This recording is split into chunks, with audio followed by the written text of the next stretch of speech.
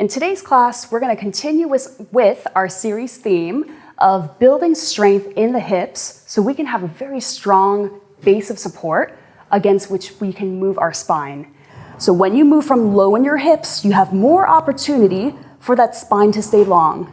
From your hips, you're going to stretch out and resist back in. The tailbone stays long, your sitting bones stay long. So remember, if you're not engaging the bottom of your legs, the back of your hips, and you only think about pulling in from your abdominals, you're not getting that full support of your spine. So now we are stabilizing the position of your pelvis over your thighs as you pull those straps and as you turn your head. Sitting bones pull up to bring the carriage in. Think about horseback. Go again, inhale out.